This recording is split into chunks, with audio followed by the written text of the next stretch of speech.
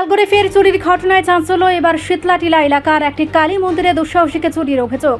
মঙ্গলবার সকালে মন্দিরের পুরোহিত পুজো দিতে এসে চুরির ঘটনা দেখতে পান। খবর পেয়ে ঘটনাস্থলে পৌঁছে তদন্ত শুরু করেছে বিশালগড় থানার পুলিশ। তবে একের পর এক চুরির ঘটনায় পুলিশের ভূমিকা নিয়ে ক্ষোভ প্রকাশ করেছেন স্থানীয়রা। গতকাল রাতে বিশালগড় থানাধীন শীতলাটিলা এলাকায় একটি কালী মন্দিরে চুরির ঘটনা ঘটে। মঙ্গলবার সকালে মন্দিরের পুরোহিত পুজো দিতে এসে বিষয়টি দেখতে পান।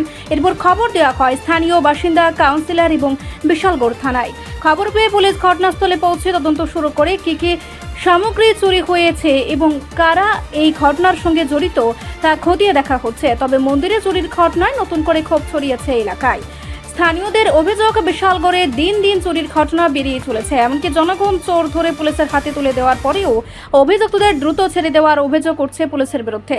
যদিও এই অভিযোগের সত্যতা তদন্ত সাপেক্ষ। এখন এলাকাবাসীর প্রশ্ন, একের পর এক চুরির ঘটনায় লাগাম টানতে জেলা পুলিশ সুপার ও রাজ্য সরকার কি পদক্ষেপ নেয়, নাকি এভাবেই চলতে থাকবে বিশালগড়ের অপরাধের ঘটনা? ঘটনাটা হচ্ছে দাদা, মার মন্দিরের সামনে একটা দান বাক্স আছে। এই বাক্সটার মধ্যে সবাই এসে মারে প্রমাণ করে, প্লাস কিছু টাকা খরচা দান করে। তো বাইরে থেকে বাক্সটা দেখা যায়। তো কালকে হঠাৎ করে রাত্র 12টা পর্যন্ত তো আমরা সজাগ হই, বাড়িতে খাওয়া দাওয়া করতেছি, ঘোরাঘুরি করতেছি।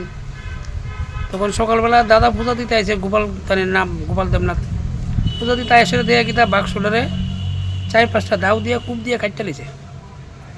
কাটতে অবশ্য আমার মনে হইতেছে কোনো কাঠের ভিতরে আঠাটা লাগাই সেটা টাকাগুলো শক্তি বাইর করে লেছে, আর বাক্সটারে পাল্টি করতে পারছে না। কিন্তু গ্রামের ভিতরে যদি এই সমস্ত ক্ষয় তুলে মানুষ যাইব কই, শ্রদ্ধা থাকবো কার উপরে কোন? এই জিনিসটি তো প্রশাসনেরা ভালোভাবে তদন্তভাবে এটা দেখা উচিত। বা আমরা এদিকে আছে 1-2 জন এরকম কাজ করে, কিন্তু তারে বারবারই দৌড়া নিয়ে 1-2 দিন পরে ছাইরা দেয়। কে ছাইরা দেয়? ওই তো থানার থেকে ছাইরা দেয়। তো কিছুক্ষণ আসলো, পুলিশও আয়া চেক করে গেছে, কাউন্সিলর উষারঞ্জন দাস তাইনও আইছে, আরও 3-4 জন আইছিল। এই আর কি পরিস্থিতি। কি নাম এই জায়গাটা? এই জায়গাটার নাম হচ্ছে শীতলটিলা। এই মাঠটার মধ্যে কোনো নেশার কোনো আড্ডা হয় না? এই মাঠে কোনো হয় না, হয় মানে ওই পাশে স্কুলের এদিকে সাইডে।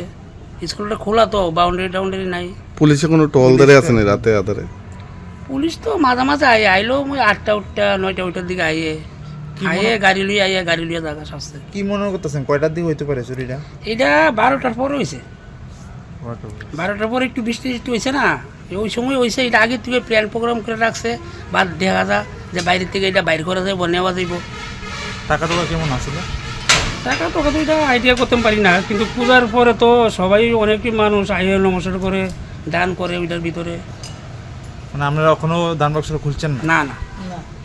তো আগামী মাসের দিকে নাকি পূজা ওইব, কালী পূজা পাশে ওই দিকে কালী আছে।